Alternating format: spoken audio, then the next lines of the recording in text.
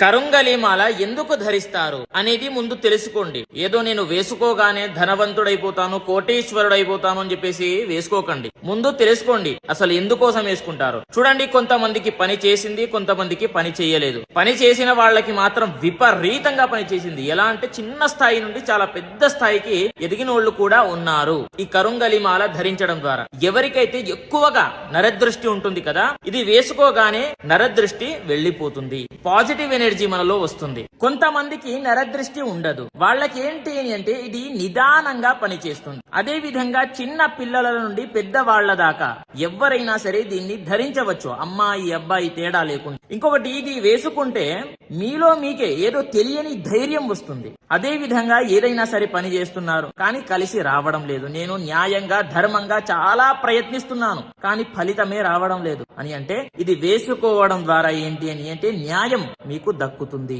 న్యాయం ఎక్కడైతే ఉంటుందో అక్కడ ఖచ్చితంగా ఇది ఉంటుంది అనేది గుర్తు పెట్టుకోండి, చాలా పవర్ఫుల్.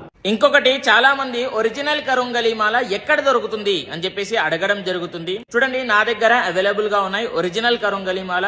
ఎవరికైనా సరే కావాలి అని అంటే మీ పూజ ఒరిజినల్ అనేటటువంటి ఇన్స్టాగ్రామ్ పేజ్ లో డైరెక్ట్ గా మెసేజ్ చేయండి, మీకు రిప్లై ఇవ్వడం జరుగుతుంది. లేదు అని అంటే స్క్రీన్ పైన కనిపిస్తున్నటువంటి నంబర్ కి కాంటాక్ట్ కూడా అవ్వవచ్చు అనేది ప్రతి ఒక్కరికి